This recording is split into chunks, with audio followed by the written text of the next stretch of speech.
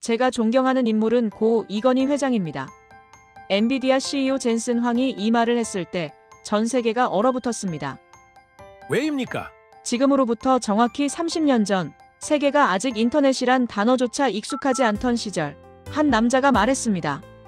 한국을 초고속 인터넷으로 연결하고 비디오 게임으로 세상을 변화시키고 비디오 게임 올림픽을 열고 싶다. 그때는 모두가 웃었습니다. 하지만 세상은 그 남자의 예언대로 움직였습니다. 그리고 오늘날 엔비디아의 젠슨 황이 그를 존경한다고 고백했습니다. 지금 미중 기술 전쟁이 최고조인 시점에 삼성과 갈등 중이라던 그가 갑자기 한국 기업인을 언급했습니다. 아무도 주목하지 않던 그 순간에 한국에서 무언가 시작됐다는 겁니다. 그리고 그것이 지금 전 세계 인공지능 혁명의 중심이 됐습니다. 도대체 한국에서 무슨 일이 있었던 겁니까? 오늘 그 비밀을 공개합니다. 그 전에 잠깐 1초 만에 누를 수 있는 구독과 좋아요 버튼을 꾹 눌러주시면 영상 제작에 아주 큰 힘이 됩니다. 지금 어디에서 이 영상을 시청하고 계신지 아래 댓글에 나눠주세요. 그럼 바로 시작하겠습니다. 제가 존경하는 인물은 고 이건희 회장입니다. 그 순간 회의장이 얼어붙었습니다. 저는 25년간 실리콘밸리를 분석해왔지만 젠슨 황이 이런 말을 하는 건 처음 봤습니다. 왜 하필 지금? 왜 한국? 모든 데이터가 말이 안 됐습니다. 저는 마이클 앤더슨입니다. 반도체와 인공지능 전략 분석이 제 일이죠. 인텔, 엔비디아, 구글 딥마인드와 함께 일해왔습니다. 숫자로 미래를 읽는 사람입니다. 그런데 2025년 10월 30일 모든 게 뒤틀리기 시작했습니다. 글로벌 GPU 공급망이 붕괴 직전이었습니다. 미중 기술 전쟁이 최고조에 달했죠. 반도체 제재가 쏟아지고 동맹이 재편되고 시장이 흔들렸습니다. 그때였습니다. 엔비디아 CEO 젠슨 황이 갑자기 한국행을 택했다는 소식이 들렸습니다. 저는 의아했습니다. 지금 이 시점에 한국이라니? 전략적으로 불합리했습니다. 삼성과 갈등 중이라는 소문이 파다했죠. 언론들도 혼란스러워했습니다. 저는 직접 확인하기로 했습니다. 며칠 뒤 비공개 만찬 소식이 새어나왔습니다. 젠슨 황과 한국 대기업 회장들이 만났다는 거죠. 세부 내용은 일절 공개되지 않았습니다. 그리고 그 기자회견 영상을 보게 됐습니다. 서울 시내 한 호텔이었습니다. 젠슨 황이 기자단 앞에 섰습니다. 질문이 쏟아졌죠. 한국과의 협력 배경이 무엇입니까? 삼성과의 관계는 어떻습니까? 그는 잠시 침묵했습니다. 그리고 입을 열었습니다. 제가 존경하는 인물은 고 이건희 회장입니다. 회의장이 조용해졌습니다. 저도 화면 앞에서 멈췄습니다. 이건희? 왜 갑자기 그 이름이 나옵니까? 젠슨 황은 계속했습니다. 1996년 저는 이건희 회장을 만났습니다. 그분은 제게 물으셨죠. 당신은 눈으로만 보나 아니면 마음으로도 보나? 저는 숨이 막혔습니다. 1996년이라고요? 그때는 인터넷도 걸음마 단계였습니다. GPU는 게임이나 돌리는 부품 취급받던 시절이죠. 그런데 그때 이미 이건희 회장이 뭔가를 봤다는 겁니까? 젠슨 황의 목소리가 낮아졌습니다. 그분은 말씀하셨습니다. 한국은 게임과 반도체로 세상을 잇는다고. 디지털 유희가 곧 산업이 된다고. 저는 노트북 화면을 다시 봤습니다. 1996년에 그런 말을? 불가능합니다. 아무도 그때 게임을 산업으로 보지 않았습니다. 실리콘밸리조차 그랬죠. 젠슨 황의 마지막 한마디가 저를 뒤흔들었습니다. 그분의 말씀이 아니었다면 엔비디아는 지금 존재하지 않았을지도 모릅니다. 저는 화면을 껐습니다. 손이 떨렸습니다. 25년간 저는 데이터를 믿어왔습니다. 숫자가 거짓말하지 않는다고 배웠죠. 그런데 지금 제 앞에서 모든 데이터가 깨지고 있었습니다. 이건희, 젠슨 황, 한국. 이 세 단어가 하나의 선으로 이어지고 있었습니다. 그리고 저는 그 선의 끝을 보지 못하고 있었습니다.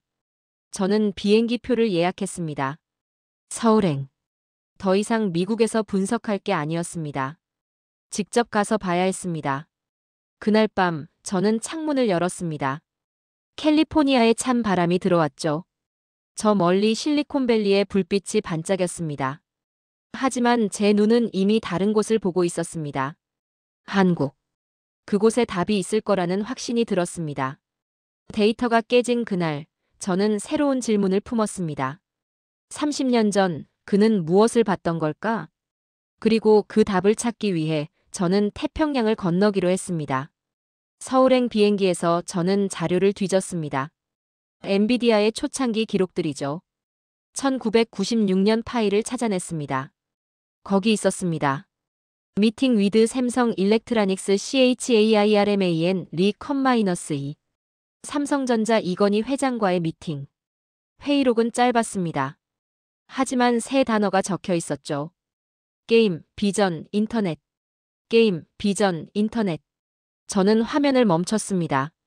1996년에 이 세 단어를 한 문장에 넣은 사람이 있었다고요? 당시 서구권은 게임을 비생산적이라 봤습니다. 아이들 장난감이죠. 투자 가치가 없다고 했습니다. 그런데 이건희 회장은 달랐습니다. 디지털 유희는 곧 산업이 된다. 저는 노트에 적었습니다. 20년을 앞선 혁명. 비행기가 착륙했습니다. 인천공항이었습니다. 밤 10시 공항 밖으로 나왔을 때 저는 숨이 멎었습니다. 불빛이었습니다. 서울 방향으로 끝없이 이어지는 네온사인과 전광판들이죠. 이 도시는 잠들지 않는군요. 택시를 탔습니다. 기사에게 물었습니다. PC방이 어디 있습니까? 기사가 웃었습니다. 어디든 있죠. 어느 동네 가시려고요? 어디든 있다고요? 저는 강남으로 갔습니다. 밤 11시가 넘었는데도 거리는 밝았습니다. 전자상가, 게임 광고, e스포츠 경기장 현수막들이죠. PC방에 들어갔습니다.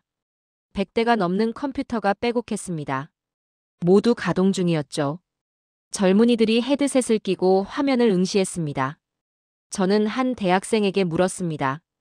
여기 자주 오세요? 그가 고개를 끄덕였습니다. 거의 매일요. 팀 연습도 하고 코딩 테스트도 여기서 돌려요. 코딩 테스트를 PC방에서 한다고요? 저는 더 물었습니다. GPU 사양이 중요합니까? 그의 눈빛이 달라졌습니다. 당연하죠. 프레임 떨어지면 게임 못해요. 렌더링 속도도 중요하고요. 저는 메모했습니다. 사용자가 하드웨어를 안다. 다음 날, 저는 판교로 갔습니다. 스타트업 단지였습니다. 한 게임 개발사를 방문했습니다. 개발팀장이 저를 맞았습니다. 저희는 엔비디아 SDK를 쓰고 있습니다. 렌더링 시간이 40% 줄었죠. 저는 물었습니다. 어떻게 그렇게 빨리 최적화했습니까? 그가 웃었습니다. PC방 사장님들이 피드백 주세요. 사용자 반응이 바로바로 오니까요. 저는 멈췄습니다. PC방이 테스트베드라는 겁니까? 그렇죠. 여기선 개발하고 바로 테스트하고 다음날 패치 나가요. 저는 노트북을 열었습니다. 엔비디아 성장 곡선을 띄웠습니다. 그리고 한국 PC방 산업 확장 그래프를 겹쳤습니다. 선이 일치했습니다. 정확히 같은 시기에 올라갔죠. 우연일까요? 아니었습니다. 이건 설계된 시너지였습니다. 저는 그날 밤 e스포츠 경기장에 갔습니다. 수천 명이 함성을 질렀습니다. 선수들이 마우스를 클릭할 때마다 관중이 환호했죠. 저는 그 순간 알았습니다. 이들이 이건희의 비전을 실현하고 있었다. 30년 전 한 사람이 꿈꿨던 미래가 이 도시 전체에서 뛰고 있었습니다. 데이터가 아니었습니다. 사람의 에너지였습니다. 기술이 문화가 되고 문화가 산업이 되는 순간을 저는 목격하고 있었습니다. 호텔로 돌아오는 길, 저는 창밖을 봤습니다. 서울의 밤은 반도체의 빛으로 물들어 있었습니다. 저는 그때 처음으로 깨달았습니다. 비전은 종이 위에서 끝나지 않았다. 이 땅에서 뛰고 있었다. 다음 날 아침 이메일이 하나 들어왔습니다.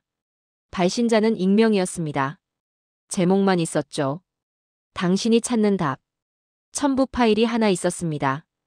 음성 파일이었습니다. 저는 헤드폰을 꼈습니다. 재생 버튼을 눌렀습니다. 젠슨 황의 목소리가 들렸습니다. 그날을 잊을 수 없습니다. 1996년 가을이었죠. 인터뷰 녹음이었습니다. 언제 누가 녹음한 건지 알 수 없었습니다. 하지만 목소리는 분명했습니다. 젠슨 황이 계속했습니다. 이건희 회장님이 저를 보시더니 물으셨습니다. 당신은 눈으로만 보나 아니면 마음으로도 보나? 저는 숨을 멈췄습니다.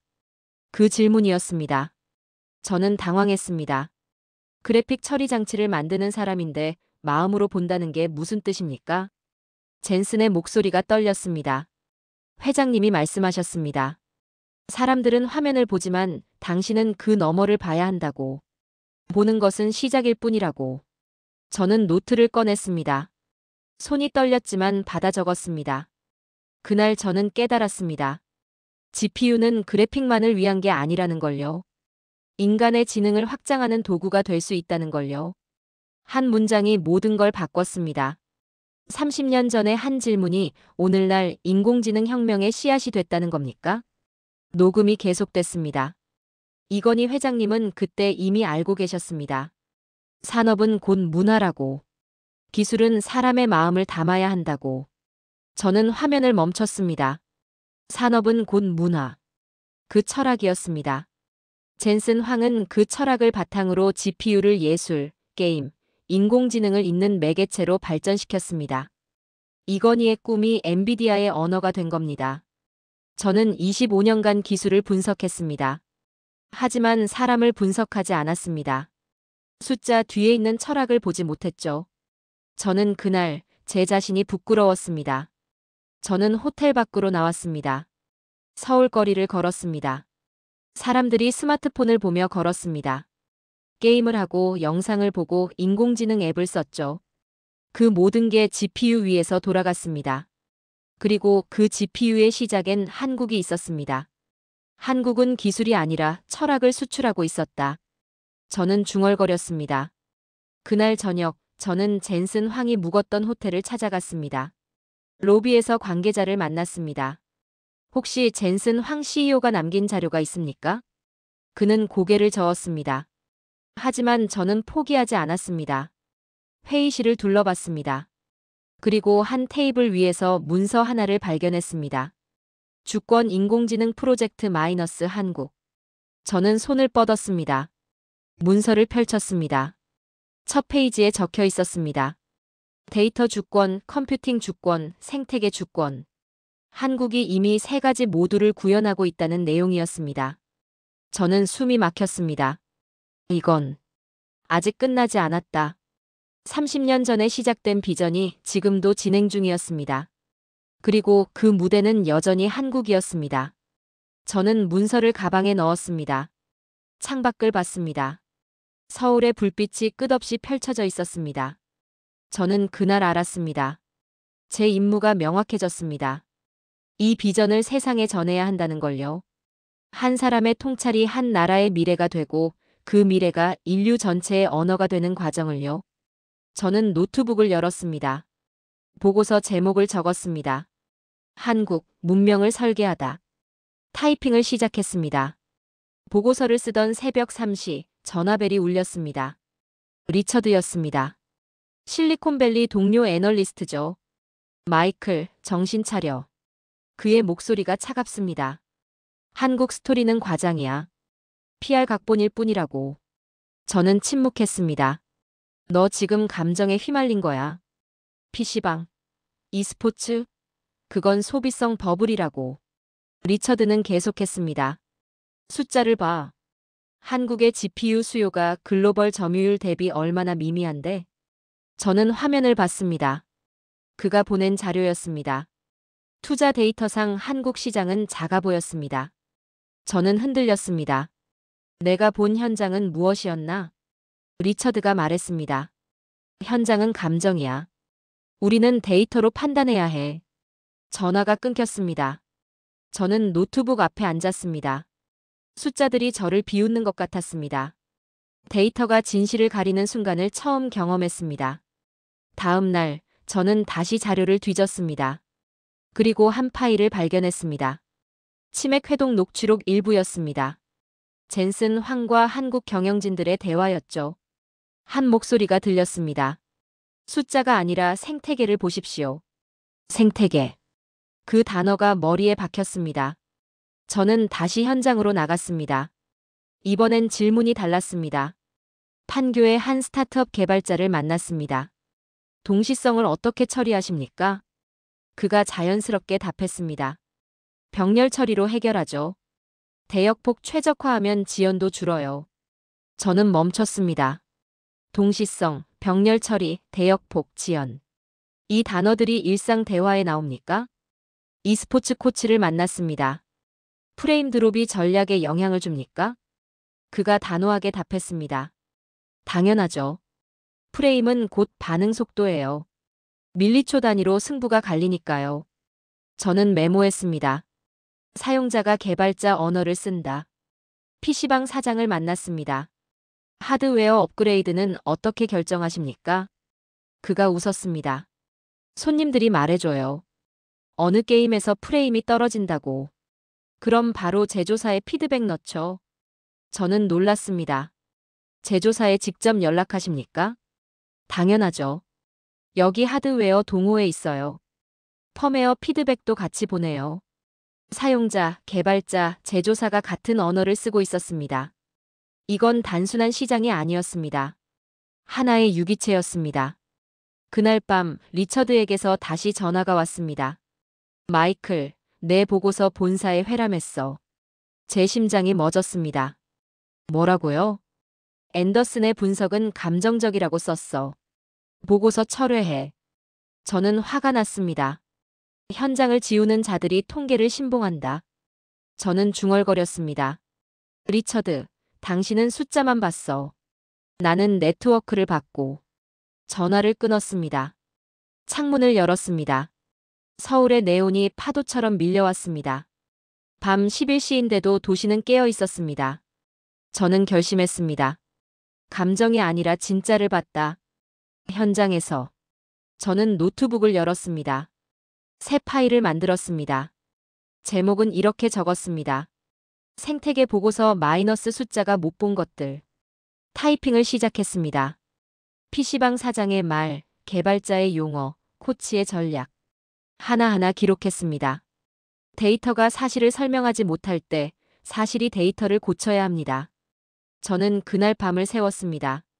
다음 날 저는 작은 곳들을 찾아다녔습니다. 헤드라인에 나오지 않는 곳들이죠.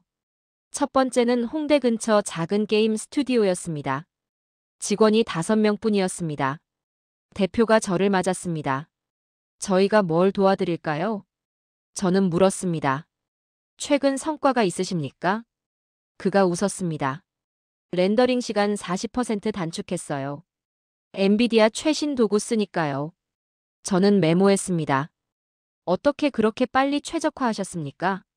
PC방에서 바로 테스트해요. 사용자 반응이 실시간으로 오니까 다음날 패치 나가죠. 작은 승리였습니다. 하지만 의미가 컸습니다. 두 번째는 서울대 근처 연구실이었습니다. 대학원생 셋이 연구하고 있었습니다. 무슨 연구하십니까? 한 학생이 답했습니다. 의료 영상 진단이요. GPU 병렬 처리로 정확도 올렸어요. 얼마나요? 15%요. 작아 보이지만 생명을 살릴 수 있는 수치예요. 저는 노트에 적었습니다. 보이지 않는 승리들이 산업을 밀어올린다. 그날 밤 저는 다시 PC방에 갔습니다. 심야였습니다. 하지만 여전히 사람들로 가득했죠. 한쪽에선 게임을 했습니다. 다른 쪽에선 코드를 짰습니다. 또 다른 쪽에선 그래픽 튜닝을 했습니다. 저는 한 개발자에게 다가갔습니다. 여기서 작업하십니까? 그가 고개를 끄덕였습니다. 집 컴퓨터보다 사양이 좋아요. 벤치마크 돌리기 딱 좋죠. 상용 환경에서 바로 실험하고 사용자 피드백 받고 다음날 배포하는 겁니까? 이건 도시 규모의 개발 환경이었습니다. 개발, 유통, 테스트가 한 공간에서 돌아갔습니다. 저는 다음날 e스포츠 팀 연습장에 갔습니다. 코치가 선수들에게 소리쳤습니다. 프레임 체크해. 지금 떨어졌어. 저는 물었습니다. 프레임이 중요합니까? 코치가 저를 봤습니다. 프레임 드롭은 곧 패배예요. 밀리초 단위로 반응 속도가 달라지니까요. 기술이 스포츠 전략이 되고 있었습니다. GPU 세팅이 경기 결과를 좌우했습니다. 저는 충격받았습니다. 기술이 스포츠의 규칙을 다시 쓰고 있다. 주말, 저는 용산 전자상가에 갔습니다. 하드웨어 동호회 모임이 있었습니다. 30명 정도 모였습니다. 그들은 최신 그래픽 카드를 분해하고 측정하고 토론했습니다. 한 회원이 말했습니다. 이번 펌웨어 업데이트 후에 온도가 3도 올랐어요. 다른 회원이 답했습니다. 제조사에 피드백 넣었어요. 다음 주에 패치 나온대요. 저는 놀랐습니다. 제조사가 듣습니까? 그가 웃었습니다. 당연하죠. 우리가 가장 먼저 문제 찾아내니까요. 사용자가 테스터가 아니었습니다. 공동 설계자였습니다. 저는 호텔로 돌아와 화이트보드를 꺼냈습니다. 선을 그었습니다. PC방에서 인디 스튜디오로, 스튜디오에서 대학 연구실로, 연구실에서 제조사로, 제조사에서 e스포츠 경기장으로 선이 이어졌습니다. 점들이 선이 되고 선이 지도가 됐습니다. 생태계 지도였습니다. 저는 중얼거렸습니다. 이건 우연이 아니다. 설계된 문명이다. 작은 기적들이 하나로 수렴하고 있었습니다. 중소 스튜디오의 최적화, 대학 연구실의 돌파, PC방의 실시간 테스트, 동호회의 정밀 피드백, e스포츠의 기술 전략, 모두가 하나의 힘으로 모였습니다. 저는 그날 깨달았습니다. 혁명은 헤드라인이 아니라 로그 파일에서 먼저 일어난다. 그리고 한국은 그 로그를 매일 쓰고 있었습니다. 이메일이 왔습니다. 본사였습니다. 48시간 후 공식 브리핑. 한국 보고서 검증. 저는 화면을 응시했습니다. 리처드가 제 보고서를 본사에 올렸습니다. 감정적 분석이라는 꼬리표를 달아서요. 저는 시간이 없었습니다. 48시간. 증거를 모아야 했습니다. 저는 다시 현장으로 뛰어들었습니다. 먼저 PC방 사장들을 만났습니다. 사용 데이터 좀 보여주실 수 있습니까? 한 사장이 노트북을 열었습니다.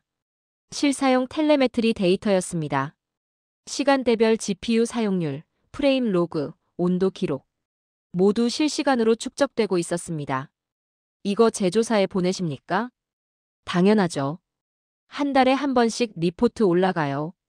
저는 파일을 받았습니다. 다음은 게임 개발사였습니다. 드라이버 호환성 테스트 결과 있으십니까? 개발팀장이 폴더를 열었습니다. 수백 개의 테스트 로그가 있었습니다. 매주 새 드라이버 나올 때마다 테스트해요. 문제 있으면 바로 피드백 넣고요. 저는 그 자료들을 모았습니다. e스포츠 팀 코치도 만났습니다. 경기 중 프레임 데이터 받을 수 있습니까? 코치가 USB를 건넸습니다. 지난 시즌 전 경기 로그예요. 프레임, 지연 시간, 입력 반응 속도 다 있어요. 저는 호텔로 돌아왔습니다. 자료를 펼쳤습니다. 숫자와 체험을 하나로 엮어야 했습니다. 그래프를 만들었습니다. 실사용 데이터, 드라이버 호환성, 경기 로그. 세 개의 선이 하나로 모였습니다. 이게 증거다. 다음 날 브리핑 리허설이 있었습니다. 임원 3명 앞에서 발표했습니다. 첫 슬라이드를 넘겼습니다. 한 임원이 손을 들었습니다. 게임은 장난감 산업 아닙니까? 저는 숨을 골랐습니다. 장난감이 문명을 움직일 때 우리는 그것을 플랫폼이라 부릅니다. 침묵이 흘렀습니다. 저는 계속했습니다. 한국에서 게임은 기술 실험실입니다. 사용자가 테스터고 PC방이 연구소고 e스포츠가 검증 무대죠. 한 임원이 물었습니다. 증거가 있습니까? 저는 데이터를 보여줬습니다. 실사용 텔레메트리, 프레임 로그, 드라이버 피드백 사이클. 이게 한국 생태계입니다. 리허설이 끝났습니다. 하지만 저는 불안했습니다. 아직 부족했습니다. 그날 밤 저는 주권 인공지능 문서를 다시 펼쳤습니다. 젠슨 황이 남긴 그 문서요. 데이터 주권, 컴퓨팅 주권, 생태계 주권. 3가지 키워드였습니다. 저는 깨달았습니다. 한국이 이미 3가지 모두를 구현하고 있다는 걸요. 데이터는 사용자가 만들고, 컴퓨팅은 PC방과 연구실이 검증하고, 생태계는 모두가 함께 설계했습니다. 이게 전략적 내러티브였습니다. 저는 슬라이드를 재정렬했습니다. 정치, 경제, 기술을 하나로 묶었습니다. 마지막 장에 한 문장을 적었습니다. 한국은 소비 시장이 아니라 문명을 설계하는 동맹이다. 창밖에 폭우가 쏟아졌습니다. 노트북 펜 소리가 엔진처럼 울렸습니다. 저는 화면을 응시했습니다. 내일이면 결정됩니다. 제 분석이 인정받을지 아니면 폐기될지. 하지만 저는 준비됐습니다. 내일 나는 숫자와 사람을 함께 제출한다. 저는 중얼거렸습니다. 증거는 많지 않았습니다. 그러나 충분했습니다. 현장이 증언할 것이기 때문입니다. 저는 노트북을 덮었습니다. 창밖에 빗소리를 들었습니다. 내일 판단받을 것은 제 경력이 아니었습니다. 제 신념이었습니다. 비행기가 이륙했습니다. 인천을 떠나 샌프란시스코로 향하는 길이었습니다. 창밖을 봤습니다. 서울의 불빛이 점점 작아졌습니다. 하지만 여전히 밝게 빛나고 있었죠. 지도 위의 점이 아니라 문명의 노드였다. 저는 중얼거렸습니다. 헤드폰을 꼈습니다. 그 녹음 파일을 다시 들었습니다. 젠슨 황의 목소리였습니다. 이건희 회장님은 제 GPU 비전을 열어준 분입니다. 한 개인의 통찰이 국가의 철학이 되고 결국 인류의 기술로 번졌습니다. 30년 전의 한 질문이 오늘날의 혁명이 됐습니다. 저는 노트북을 열었습니다. 보고서를 마무리해야 했습니다. 제목을 적었습니다. 주권 인공지능, 한국 모델. 서문을 썼습니다. 인공지능의 주권은 기술이 아니라 가치에서 시작된다. 한국은 그 가치를 실천으로 증명했습니다. 데이터 주권을 사용자가 만들었고, 컴퓨팅 주권을 현장이 검증했고, 생태계 주권을 모두가 설계했습니다. 이건 단순한 산업 모델이 아니었습니다. 문명의 설계도였습니다. 타이핑을 계속했습니다. PC방의 밤, 개발자의 열정, e스포츠의 함성. 하나하나 기록했습니다. 작은 기적들이 모여 거대한 흐름을 만든 과정을요. 몇 시간 후 이메일 알림이 울렸습니다. 리처드였습니다.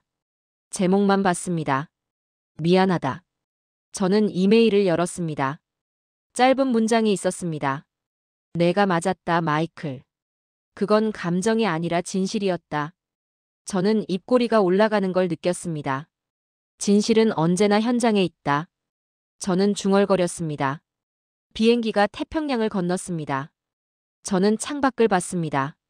구름 사이로 바다가 보였습니다. 그 바다 너머에 한국이 있었습니다. 여전히 빛나고 있을 서울이 있었습니다. 저는 보고서 마지막 문장을 적었습니다. 한국은 데이터가 아닌 철학으로 문명을 만든 나라다. 엔터를 눌렀습니다. 보고서가 완성됐습니다. 저는 화면을 바라봤습니다. 25년간 저는 기술을 분석했습니다. 하지만 오늘 저는 인간을 기록했습니다. 숫자 너머의 의지를, 데이터 뒤의 철학을, 그래프 밖의 꿈을. 비행기가 샌프란시스코에 착륙했습니다. 저는 짐을 챙겼습니다. 하지만 제 마음 한구석엔 여전히 서울이 남아 있었습니다. 며칠 후 본사에서 발표가 있었습니다. CEO가 말했습니다. 한국 모델을 글로벌 표준으로 채택한다. 회의실에 박수가 터졌습니다. 저는 조용히 미소 지었습니다. 그날 밤 저는 집 창문을 열었습니다. 실리콘밸리의 불빛이 반짝였습니다. 하지만 제 눈엔 다른 불빛도 보였습니다. 태평양 건너 서울의 불빛이요. 두 도시가 하나의 선으로 이어져 있었습니다. 기술의 선이 아니었습니다. 철학의 선이었습니다. 저는 그날 깨달았습니다. 한 회장의 꿈이 한 CEO의 미래가 됐고, 한 나라의 비전이 인류의 언어가 됐습니다. 30년 전에 시작된 이야기가 지금도 계속되고 있었습니다. 그리고 그 무대는 여전히 한국이었습니다. 저는 노트에 마지막 문장을 적었습니다. 한국, 문명의 설계자들. 펜을 놓았습니다. 창밖을 봤습니다. 별이 빛나고 있었습니다. 그 별빛 너머 어딘가에서 한국은 여전히 미래를 설계하고 있을 것입니다. 저는 그 사실을 알았습니다. 그리고 세상에 전했습니다. 기술의 미래는 한국의 심장에서 뛴다고.